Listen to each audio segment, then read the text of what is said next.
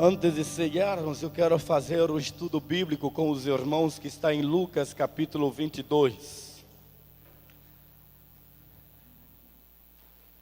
Lucas capítulo 22.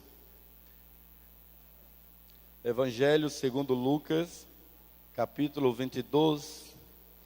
Não vou me ater muito ao texto, porque nós iremos passear por outras passagens bíblicas.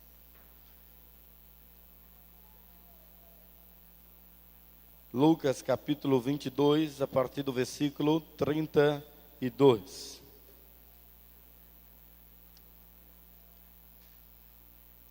Depois de Jesus ter dado alguns ensinamentos, mais alguns ensinamentos aos discípulos,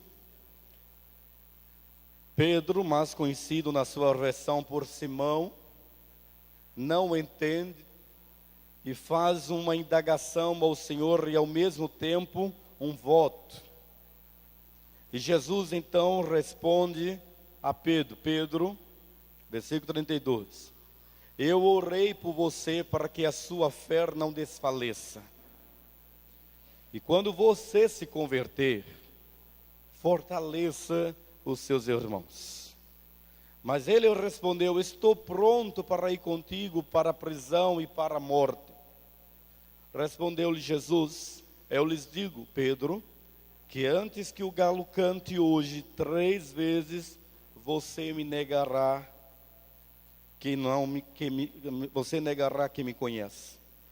Então Jesus perguntou, quando eu os enviei sem bolsa, saco de viagem ou sandálias, faltou-lhes alguma coisa?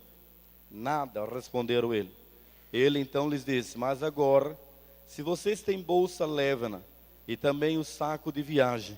E se não tem espada, vendam a sua capa e comprem uma. Está escrito, e ele foi contado com os transgressores. E eu lhes digo que isso precisa cumprir-se em mim. Sim, o que está escrito a meu respeito está para se cumprir. Os discípulos disseram, vê, Senhor, aqui estão 2 espadas. E ele disse, é o suficiente. Respondeu ele. Amém? Uma palavra parece ser dura, mas de orientação que Jesus nos traz é a experiência de Pedro. Como pastor de igreja, e como eu sempre estudar alguns estudos, é o seguinte, nós temos a ideia de que as pessoas que levantam a mão numa igreja, ou uma pessoa que se batizou numa igreja evangélica, ou uma pessoa que frequenta assiduamente a igreja, é sinônimo ou dá a entender que ela é uma pessoa conversa, uma pessoa que se converteu. E nós acreditamos nisso. Não importa se a pessoa ela tenha fraquezas, se ela venha fracassar alguns momentos da sua vida, se ela frequenta a igreja, é sinônimo de que ela é convertida. Jesus olha para Pedro, que já tem andado com ele quase 3 anos, e diz para Pedro, Pedro, olha, eu orei por você, pela sua fé, porque embora você tenha um conhecimento de fé, você ainda não entendeu a profundidade, e assim, e ao mesmo tempo, a simplicidade do que é um relacionamento de fé. Eu sei, Pedro, que você gosta dos meus ensinamentos, eu sei, Pedro, que você fica maravilhado com os milagres que são realizados através de mim, mas Pedro, o seu caráter ainda não mudou. E de irmãos, a gente precisa entender a questão da conversão, porque nós colocamos a conversão num patamar da religiosidade. O fato da pessoa ter saído da igreja católica, ou do centro espírita, ou do ateísmo, ou de nenhuma religião, e ter migrado para a religião evangélica, nós definimos isso como conversão. E isso nunca foi conversão, por isso que esse entendimento provocou males sem fim à igreja.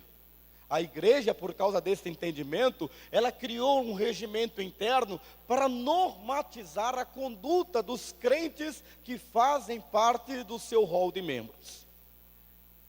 Mas isso nunca trouxe pureza e santidade dentro da igreja. A conversão literalmente é a mudança de comportamento, é a mudança de caráter. A minha personalidade pode não mudar, porque ela está ligada à minha formação genética, ela está ligada à minha herança hereditária. Mas o caráter pode ser mudado, pode ser transformado, o que ajuda aos distúrbios da personalidade serem extremamente controlados. Jesus está dizendo isto para Pedro: Pedro, seu caráter não mudou. Você se tornou um seguidor de Jesus, você se tornou um seguidor do Nazareno, mas o seu caráter não mudou. Você continua com os mesmos princípios, a mesma formação do grupo partidário que você faz parte, que provavelmente era o grupo esquerdista do judaísmo, os zelotas. Pedro não entendeu o que Jesus quis dizer. Ele disse: Pedro, olha, quando você se converter, porque você não é convertido, você é apenas alguém que está vislumbrado pelo seu mestre, mas você não se converteu. Quando você se converter, você será uma bênção, você irá fortalecer os seus irmãos. Mas você estar agora na igreja, você agora, Pedro, está no meio do povo de Deus, mas você não se converteu, e aí você é uma pedra de tropeço para todos aqueles que querem me seguir. Pedro não entendeu, e aí Jesus quis dar um exemplo prático para Pedro, e diz assim: Senhor, como que o Senhor disse que eu não me converti? Eu estou pronto para ir contigo até, se preciso for, a morte, a prisão. E Jesus diz: oh Pedro, sua euforia, sua empolgação, seu ímpeto, a sua ação impulsiva, leva você a falar tanta besteira, sem reflexão daquilo que realmente o homem é capaz de suportar. Você não é capaz de suportar nem uma palavra dura, quanto mais a cruz, Pedro. Eu vou dizer uma coisa para você, Pedro. Ainda hoje, antes que o galo cante 3 vezes, você vai me negar. Porque quem não é convertido não adianta regras. Quem não é convertido não adianta policiamento cerrado. Porque a conversão é que te leva a ter um relacionamento e uma mudança de caráter e estabelecimento de princípios. Um pai e uma mãe ensina princípios, mas quem estabelece os princípios dentro de si é o ouvido atento aos conselhos e à sabedoria dos pais. Pedro não entendeu isso. Jesus disse: você vai me negar, Pedro, porque durante 3 anos eu preguei, eu curei, eu libertei, você se encantou porque era agradável. Pedro, imagina, você estava diante do popstar do momento. Por onde eu ia, você ia lá e você até acenava, Pedro. Eu sou seguidor dele, mas você não mudou. Mas quando você se converter, Pedro, fortaleça os seus irmãos.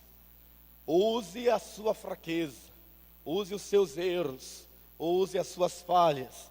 Fale dos seus pecados cometidos, para que você possa usar até mesmo suas falhas, seus erros, e edificar aqueles que estão a iniciar na caminhada cristã. Sabe o que me intriga mais nesse texto? É que Jesus sabia a missão dele, e ele sabia que a Bíblia, a revelação, os oráculos de Deus, dizia que ele seria colocado entre os traidores. E Jesus diz: olha, precisa acontecer uma cena onde vocês vão pegar a espada, porque nenhum deles até este momento tinha espada. E não sei por quanto, 2 diz: Senhor, eu tenho 2 aqui. Sabe por quê? Porque se alguém quisesse fazer uma insurreição, se alguém quisesse fazer uma rebelião, eu então estou aqui com essas espadas. Jesus diz: compra as espadas, mas um deles, e o texto sagrado não diz qual, diz que só um diz assim: Senhor, olha, nós temos 2 espadas aqui. E ele disse: então é o suficiente. É o suficiente. Essas espadas é o suficiente para revelar o quanto ainda vocês também precisam ter uma experiência de acreditar no poder de Deus na sua vida de forma diária. Porque a nossa dificuldade, irmãos, não é crer em Jesus. A nossa dificuldade não é frequentar a igreja. A nossa dificuldade não é nos relacionarmos com a fé. A nossa dificuldade é acreditar no poder de Deus diariamente nas nossas vidas. Esta é a maior dificuldade que nós temos. Nós. Crer em Jesus, nós cremos. Amém? Crer em Deus, nós cremos. Crer na importância de frequentar a igreja, nós cremos. Mas a dificuldade é incorporar o poder de Deus no dia a dia da vida cristã em um mundo sem Cristo. Esta é a maior dificuldade. E esse é o maior desafio para nós. Na quarta-feira passada eu disse uma frase aqui, e a irmã Luzandira usou isso no pequeno grupo. Fantástico. O que enfraquece a nossa fé não é a incredulidade dos ímpios. O que enfraquece a nossa fé é a nossa inconstância no nosso relacionamento com Deus. É que um dia somos capazes de dizer ao Senhor: Senhor, eu te seguirei até a morte. No outro dia somos capazes de negarmos a Ele nas mínimas coisas. O que enfraquece-nos na vida cristã? Israel não pôde resistir aos inimigos. E por que ele não pôde resistir aos inimigos? Eu quero levar você a pensar, chegar à sua conclusão. Abra a sua Bíblia em Levítico capítulo 26. Levítico capítulo 26.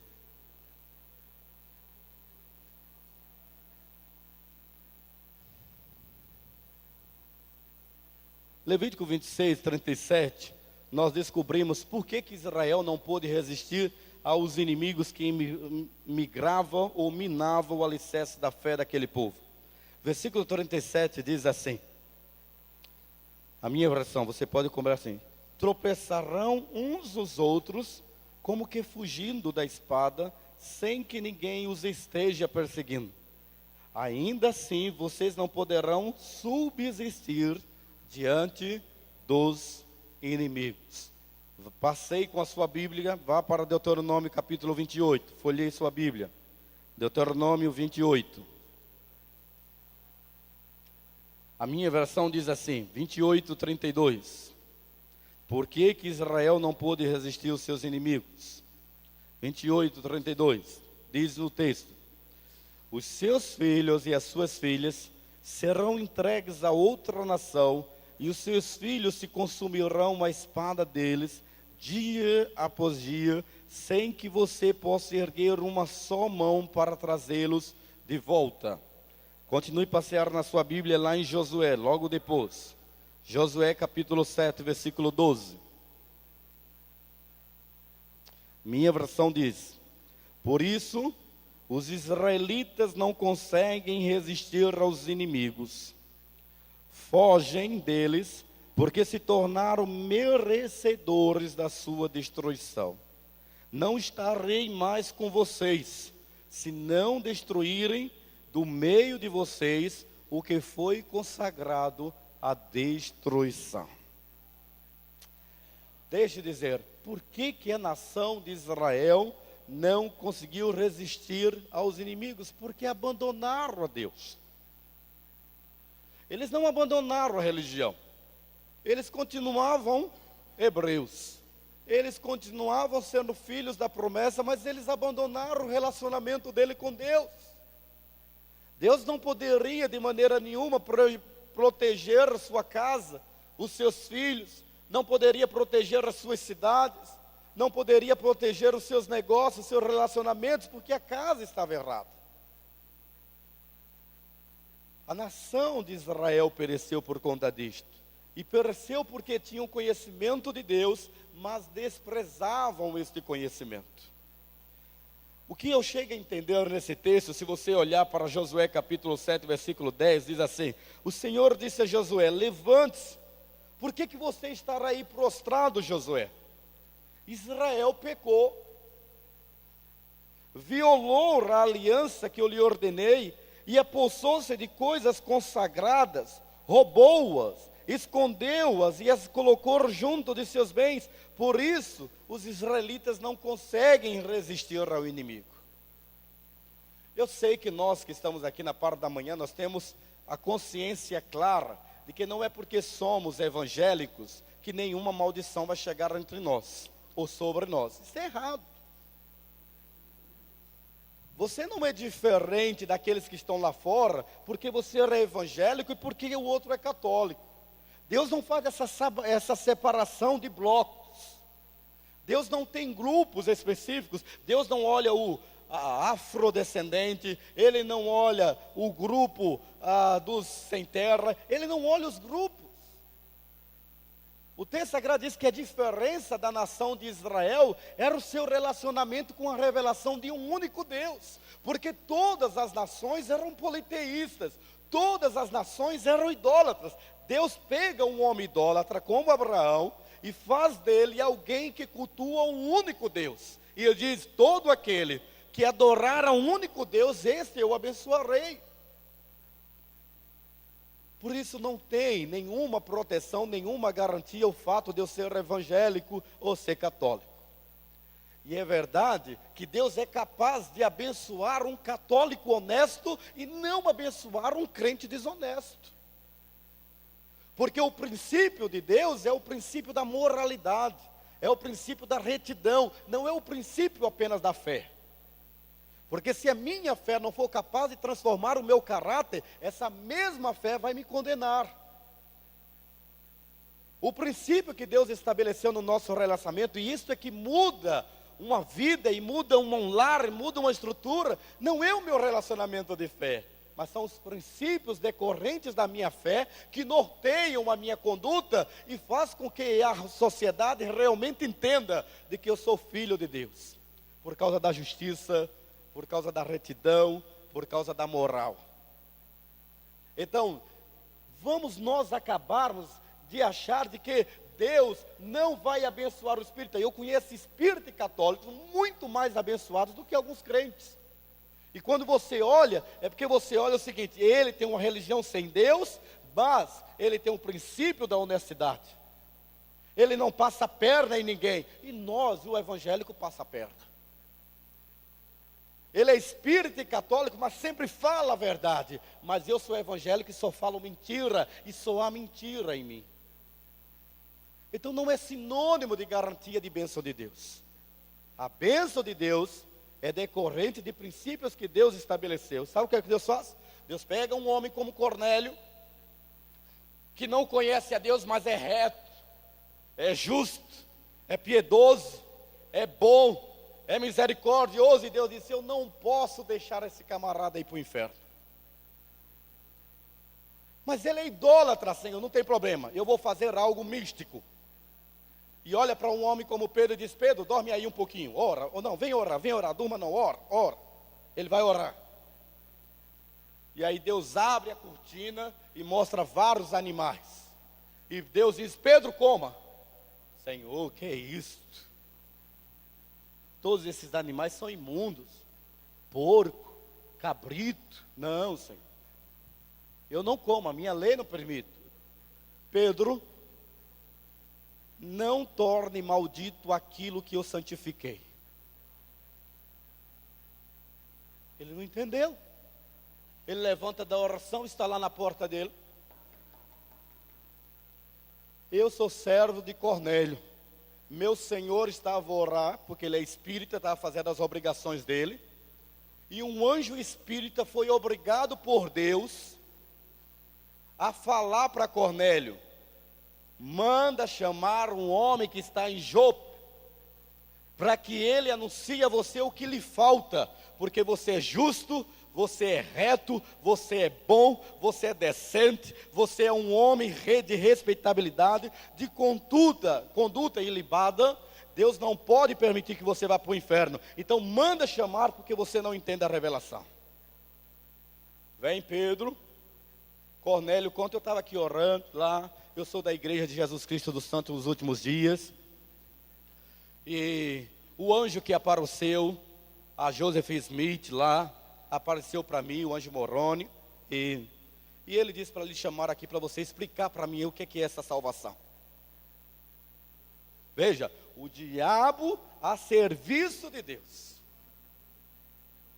Olha, é que você faz boas obras, você dá esmola, você já foi espírita, agora você é mormo, mas nada disso serve. Jesus é o caminho, a verdade e a vida, e ninguém vai ao Pai se não for por Ele. Você crê nisso? Era só isso que me faltava, eu creio. O que é que eu preciso fazer? Crer? Então eu vou batizar você. Batizou, e Pedro afastou-se, o Espírito Santo desceu e disse: Deus não faz acepção de ninguém. Mas eu acredito que muitos evangélicos vão para o inferno. Que isso, pastor? Porque ser evangélico não é sinônimo de salvação. Ser evangélico não é sinônimo de transformação. Tem tanto evangélico mau caráter, trambiqueiro, promíscuo, safado, sem vergonha. Mas no domingo é o santo encarnado dentro da cibapa. É encarnado. Depois do culto, vou pegar a minha mina. Eu me converti, deixa eu contar um pecado da minha família. Eu me converti, alegre, fervoroso. E eu tenho um tio safadão. Cara bonito, do olho azul, louro. Que geralmente a gente acha que louro é bonito. Eu falei louro, mas tem muito louro feio, viu? Tem muito louro feio. E chego na igreja, minha igreja fica na Rua Lagarto, centro de Aracaju. Encontro meu tio. E aí eu falo para ele: tio, o que está fazendo aqui? Você é dessa igreja? Cara, que eu estou pegando uma mina aí na igreja. Você está o quê? Ela cantava no coral, mas era amante do meu tio. Amante. Mas cantava no coral. Até hoje esse tio nunca se converteu, apesar de eu pregar tanto para ele. Como que ele vai pregar se a irmã foi a pedra de tropeço para ele? Como? Respondam para mim, como? Como que eu vou pregar para alguém se libertar da bebida se eu bebo? Como que eu vou pregar para alguém fugir da prostituição se eu me prostituo? Mesmo que a sociedade não saiba, as marcas do pecado são tão fortes quanto as marcas de Cristo na vida daqueles que são salvos. E nós queremos que Deus abençoe. Deus não pode abençoar. Deus não está nem aí. Lógico que eu vou apresentar para vocês depois. Eu escrevo que, na minha cabeça, evangélico é sinônimo de santidade. Na prática, não é. Na prática, não é. Agora, vamos lá, que eu estou demorando demais. Vamos lá. Por que Israel não resistiu aos seus inimigos? Por causa do abandono de Deus. Meus queridos, nós nos enfraquecemos quando nós quebramos a aliança. Quando nós quebramos a aliança com o Senhor, nós perdemos a nossa força. Abra lá em Juízes capítulo 16. Juízes capítulo 16.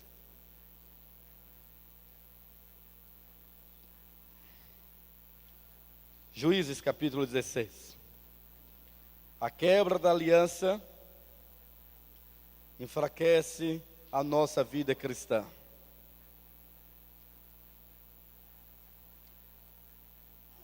Juízes 16, versículo 17 diz assim: por isso, ele lhe contou um segredo. Sansão, dominado pelo pecado, compartilha com Dalila. Versículo 16, 17, você me acompanha aí. Jamais se passou navalha em minha cabeça, disse ele, pois sou nazireu desde o ventre materno. Se fosse rapado o cabelo da minha cabeça, a minha força se afastaria de mim, e eu ficaria tão fraco quanto qualquer outro homem. Vamos ler juntos comigo para você entender esse versículo? Vamos lá. Por isso ele lhe contou o segredo. Para aí. Este segredo era dele e Deus. Somente ele, Deus e os seus pais sabiam desse segredo. Vamos lá juntos? Jamais se passou navalha em minha cabeça, disse ele, pois sou nazireu desde o ventre materno. Se fosse rapado o cabelo da minha cabeça, a minha força se afastaria de mim, e eu ficaria tão fraco quanto qualquer outro homem. Você entendeu esse versículo? Sem a presença de Deus na sua vida, você não é diferente dos outros que estão aí fora. O relacionamento que Sansão tinha com Deus era o segredo da sua força. O segredo da nossa força para preservar-nos do domínio do mal é o nosso relacionamento com Deus. Meus queridos, nós temos sido uma igreja enfraquecida. Temos sido uma igreja que fica aquém ou longe, distante da presença do nosso Deus. Ou nós nos posicionamos ou nós não temos força para transformar. Agora veja, eu vou falar mal da minha igreja. Da minha. É minha por quê? Porque Deus confiou a mim até enquanto eu estiver na presidência dela, é minha responsabilidade. Olha, preste bem atenção. Os números, a quantidade de gente que frequenta a nossa igreja não é sinônimo de espiritualidade saudável. O que é uma espiritualidade saudável é quando o caráter está sendo transformado e as pessoas passam a ter um relacionamento com Deus, a ponto de não se entregarem aos prazeres da sua própria carne ou os prazeres que são oferecidos por esta sociedade a você. Se o culto que nós realizarmos aqui nesta igreja não produzir desafios de transformação, foi um evento. Se o culto não produzir mudança de vida, se não produzir consciência de pecado, consciência de santidade, consciência de renúncia, consciência de conquistas em Deus, foi apenas uma programação cultural religiosa. O culto deve promover em mim um relacionamento com Deus, a ponto de eu bater no meu peito e dizer: Senhor, pequei, pequei, pequei. E ouvir a voz de Deus dizer: a tua minha graça te basta, porque o meu poder se aperfeiçoa na tua fraqueza. É esta a dinâmica. O que adianta uma igreja cheia e no dia a dia os crentes continuam com a mesma porcaria de vida? Continuam nos mesmos lugares, frequentar os mesmos cantos, fazer as mesmas obras. Mudou de religião, apenas religião. Não houve mudança de caráter. E o que nós temos como desafio não é sermos santos apenas, mas sermos santos capazes de apresentar a santidade de Deus aos homens. Não é beatice que eu estou falando, mas eu amanheci hoje nostálgico. Porque nós estamos confundindo contextualização com mundanismo. Estamos confundindo sermos contemporâneos com sermos levianos. Porcaria de vida cristã. Que não nos leva a sermos diferentes, mas parecidos demais com o mundo, ao ponto do mundo não saber qual é a diferença. Quem é crente, quem não é, quem é cristão e quem não é um retrocesso, não é sermos quadrados nem alienados. Falei hoje com o pastor Matusael no retiro dos adolescentes, está sendo uma bênção. Eu disse: nós evangélicos ficamos assim, tanto tempo dentro da gaiola, não podia isso, não podia ir no cinema, não podia ir na praia, não podia ouvir música que não fosse de crente, não podia usar determinada roupa, ficava na gaiola, nosso mundo era a gaiola. De repente, o Pai generosamente abriu a porta da gaiola para o evangélico também voar. Não sabe voar. Fica tão encantado que ele não sabe o perigo que é o gato, que é o perigo que é pousar no lugar devido, e a gente fica sem o equilíbrio. Sabe o passarinho? Já criou isso? Eu já criei. Eu criei não, meu pai criava. Um dia eu queria levar uma surra, estava carente de surra, e meu pai tinha uma trágica tarefa para mim, limpar as gaiolas. E eram várias gaiolas. Eu toda manhã tinha que limpar aquelas gaiolas, limpar aquelas gaiolas, limpar aquelas gaiolas. E eu ficava pensando, os passarinhos são dele, não são meus. Eu não concordo que o passarinho fique preso. O passarinho é para estar livre. Mas honrar pai e mãe, mas um dia eu queria apanhar. Aí, sabe, ia abrindo uma porta ou outra. Abri as portas. Pronto, abri. Uns passarinhos disseram, daqui eu não saio. Eu batia na gaiola. E o bicho voava para cima, para baixo, mas não acertava a porta. Outros não sabiam voar. Quando viu a porta aberta, caiu.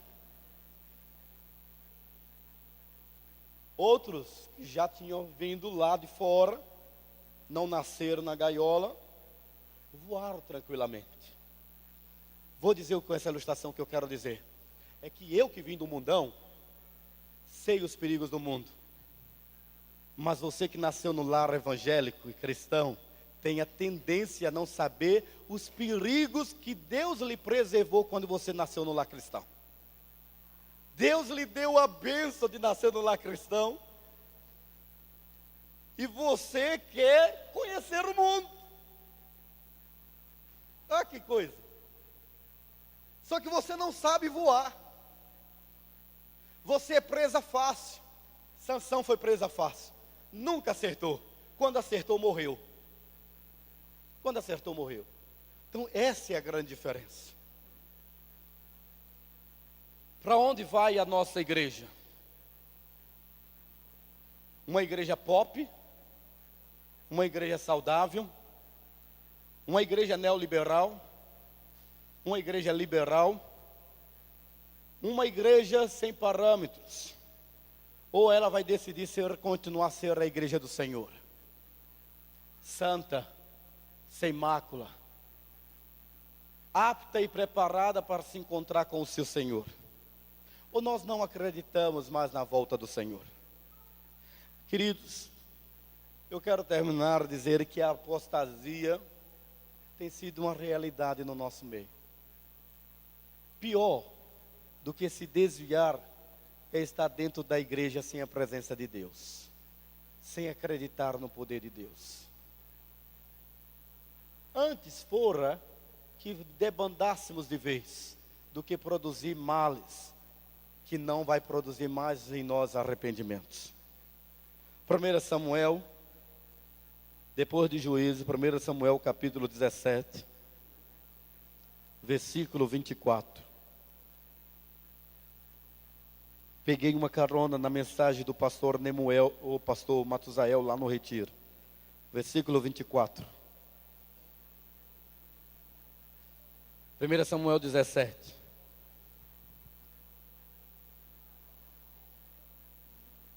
Quando os israelitas viram o homem, Golias, todos fugiram cheios de medo. Os israelitas diziam entre si: vocês viram aquele homem? Ele veio desafiar Israel. O rei dará grandes riquezas a quem o vencer. Também lhe dará sua filha em casamento e isentará de impostos Israel e a família de seu pai. A família do seu pai. Davi perguntou aos soldados que estavam ao seu lado: o que receberá mesmo esse homem que matar esse filisteu e salvar a honra de Israel? Quem é esse filisteu incircunciso para desafiar o exército do Deus vivo? Repetiram a Davi o que havia comentado e lhe disseram: é isso que receberá o homem que matá-lo. Agora eu quero que você vá lá para baixo, me acompanhe, e veja no versículo 33.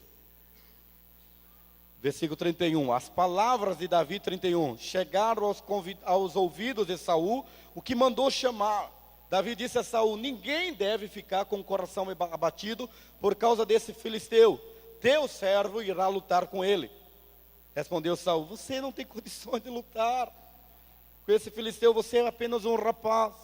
Ele é um guerreiro, desce desde a mocidade. Davi, entretanto, disse a Saul: teu servo toma conta das ovelhas de seu pai. Quando aparece um leão ou um urso, ele leva uma ovelha do rebanho, eu vou atrás dele, dou-lhe golpes e livro a ovelha da sua boca. Quando ele se vira contra mim, eu o pego pela juba e lhe dou golpes até matá-lo. Teu servo pôde matar um leão e um urso. Esse filisteu incircunciso será como um deles, pois desafiou os exércitos do Deus vivo. O Senhor que me livrou das garras do leão e das garras do urso, me livrará das mãos desse filisteu. Diante disso, Saul disse a Davi: vá e que o Senhor esteja com você. Eu acho que nós achamos que essa história é a história da carochinha. É como daquelas historinhas, né, de livrinhos que a gente compra e dá para os nossos filhos. Parece que a gente perdeu a capacidade de crer como Davi. A capacidade de crer. Que isto? Quem é o Deus deste mundo? O nosso Deus é um único Deus. Da mesma forma como eu protegi as ovelhas do meu pai, do urso e do leão, esse incircunciso vai engolir as palavras que ele disse do Deus vivo. Agora, pasme que eu quero encerrar e dizer isso aqui para você. A nação de Israel toda estava incrédula. Toda a nação de Israel, desde o rei, estava incrédula. Havia se apostatado da fé, não tinha mais capacidade de crer nos efeitos de Deus. Davi se levanta para restaurar a fé naquela nação. E ele desafia Golias. E ele enfrenta Golias. E ele derrota Golias. E ele marca a história de Israel e se torna rei de Israel.